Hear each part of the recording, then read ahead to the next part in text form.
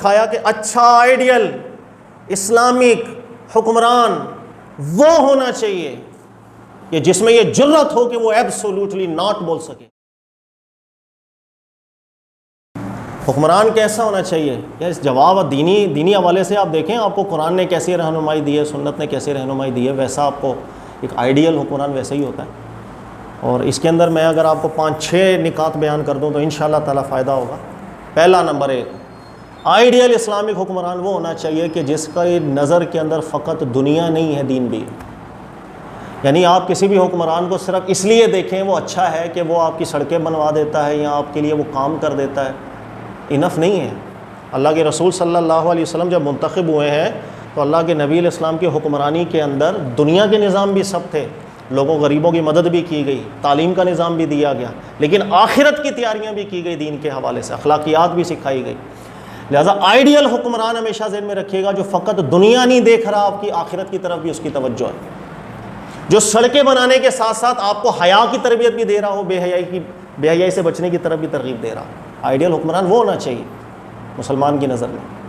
اس کے علاوہ میں اپنے دین کو اگر دیکھوں، اللہ کے نبی علیہ السلام کی سیرت طیبہ کو، تو نڈر ہونا چاہیے.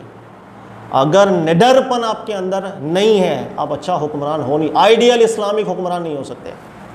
اور اللہ کے نبی علیہ السلام کی اعلیٰ سنت رہی ہے، اور نڈر پن اتنا تھا. میں آپ کو ایک حدیث سنا دیتا ہوں، بخاری کی حدیث ہے. ایک دفعہ شہر مدینہ کے اندر خوف طاری ہو گیا، اور ایسا خوف طاری ہو گیا کہ جیسے کوئی دشمنوں نے آ کر کے مدینہ کا حصار کر لیا، اور ہر کوئی ڈرنے لگ گیا کہ جیسے کچھ ہونے والا ہے. تو جب اللہ کے نبی صلی اللہ علیہ وسلم کو یہ پتہ چلا، اللہ کے رسول علیہ السلام تشریف لائے. ایک صحابی تھے ابو طلحہ، ان کا گھوڑا لیا، اتنی بھی مہلت نہ دی کہ اس کے اوپر کاٹھی رکھ دی جائے.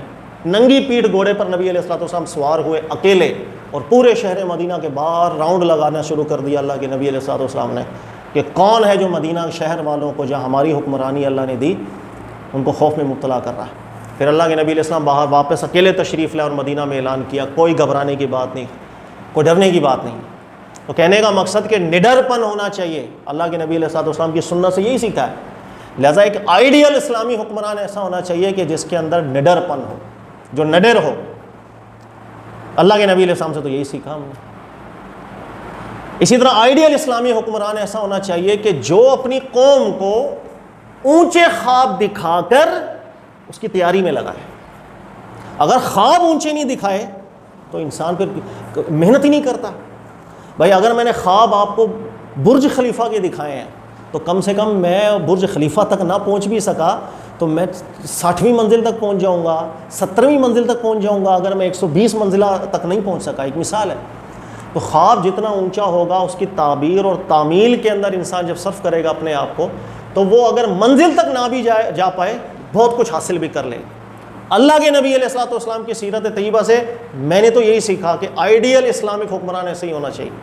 اور اللہ کے نبی علیہ السلام نے اپنے صحابہ کو دیکھیے گا، اس وقت سپر پاور کیسر و کسریٰ تھی.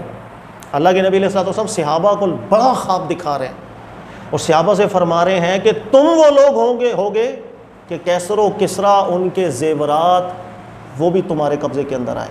پھر ایک شخص کے بارے میں اللہ کے نبی علیہ السلام نے فرمایا میں دیکھ رہا ہوں کہ وہ کنگن بھی تو نے ہاتھ میں پہنے ہوئے ہیں. یعنی اللہ کے نبی صلی اللہ علیہ وسلم اپنی حیات طیبہ کے اندر اس وقت کی سپر پاور، اس پر قبضہ کرنے کا، اس سپر پاور کو ختم کرنے کا خواب دکھا رہے ہیں، چونکہ نبیوں کا خواب بھی سچا ہوتا ہے. تو اچھا آئیڈیل اسلامک حکمران وہ ہے جو خواب بڑے دکھائے. وہ حاصل ہو سکے نہ ہو سکے وہ الگ بات ہے، لیکن ایک بڑے خواب اور بڑی منزل کی طرف قوم کو لے کر کے جائے، قوم کی تیاری کرے. اسلامی حوالے سے اچھا حکمران وہی ہوتا ہے. اسی طرح اسلامک حوالے سے اسلامک آئیڈیل حکمران وہ ہوتا ہے کہ جو جب تکلیف کے اندر قوم ہو تو حوصلے کے لیے آپ کے پیٹھ پر کھڑا ہو. وہ تکلیف کے مرحلے کے اندر اکیلا آپ کو نہ چھوڑے. جس طرح آپ تکلیف کے اندر ہے خود بھی وہ اس کے اندر شامل ہو، شریک ہو. اللہ کے نبی علیہ السلام کی اعلیٰ سنت کریمہ رہی. صحابہ کرام جس وقت غزوے کے خندقیں کھود رہے ہوتے تو اللہ کے نبی علیہ السلام ساتھ مل کر خندق کھود رہے ہوتے. صحابہ کرام ایک ہفتہ بھوک کی حالت کے اندر تھے. اللہ کے نبی علیہ السلام نے بھی کچھ کھانا نہیں کھایا ہوا، بھوکے تھے. اور جس وقت کھانا ارینج ہوا اپنے تمام صحابہ کو ساتھ لے کر گئے، سب کے ساتھ ہی کھایا. تو تکلیف کے مرحلوں میں قوم کو چھوڑ کے نہ جائے، قوم کے ساتھ کھڑا رہے. اچھے لمحے ہوں تو قوم کے ساتھ آ جائے، برے لمحے ہوں مشقت کے اندر ہو قوم تو حاکم چلا جائے. یہ اچھا آئیڈیل اسلامک حکمران نہیں. مشکل وقت کے اندر بھی قوم کے ساتھ کھڑا ہو، اچھے لمحوں کے اندر بھی قوم کے ساتھ کھڑا ہو. مجھے میرے دین نے یہی سکھایا. پھر مجھے میرے دین نے یہی سکھایا کہ بھروسہ اس کا دنیا کے اسباب پر نہیں ہو, بھروسہ اللہ پر ہو.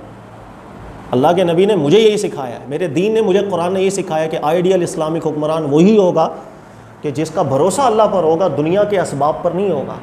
جیسے رسول اللہ صلی اللہ علیہ وسلم کا جب معرکہ ہوتا ہے بدر کے اندر, یہاں تعداد کچھ نہیں, نہ اسلحہ نہ کچھ, وہاں تعداد بھی زیادہ, اسلحہ بھی زیادہ, لیکن بھروسہ چونکہ اللہ پر تھا, دعا اللہ پر تھی, نظریں اللہ پر تھی, سب کچھ ایمان اللہ پر تھا, تو پھر وہ اسباب کے کم ہونے سے گھبراتا نہیں ہے.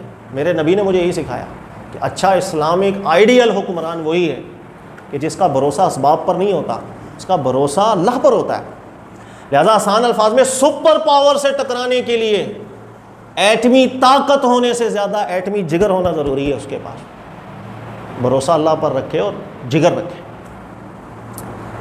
پھر میرے نبی نے جو مجھے سکھایا کہ آئیڈیل اسلامک حکمران ایسا ہونا چاہیے جو کبھی باطل کے سامنے جھکے نہیں, کچھ بھی ہو جائے, وہ حق کا پرچار کرتا رہے لیکن باطل کے سامنے سر نہ جھکائے. وہ کوئی معاہدہ کرے, کوئی صلح کرے, اس کے اندر بہتری مسلمانوں کی اور اسلام کی ہی ہو, اور اسلام پر, دین پر کبھی وہ سمجھوتا نہ کرے. جیسے صلح حدیبیہ کی مثالیں موجود ہیں, دیگر مثالیں موجود ہیں. اور سب سے آخر میں مجھے میرے نبی علیہ السلام نے یہ سکھایا کہ اچھا آئیڈیل اسلامک حکمران وہ ہونا چاہیے کہ جس میں یہ جرت ہو کہ وہ ایبسولوٹلی ناٹ بول سکے.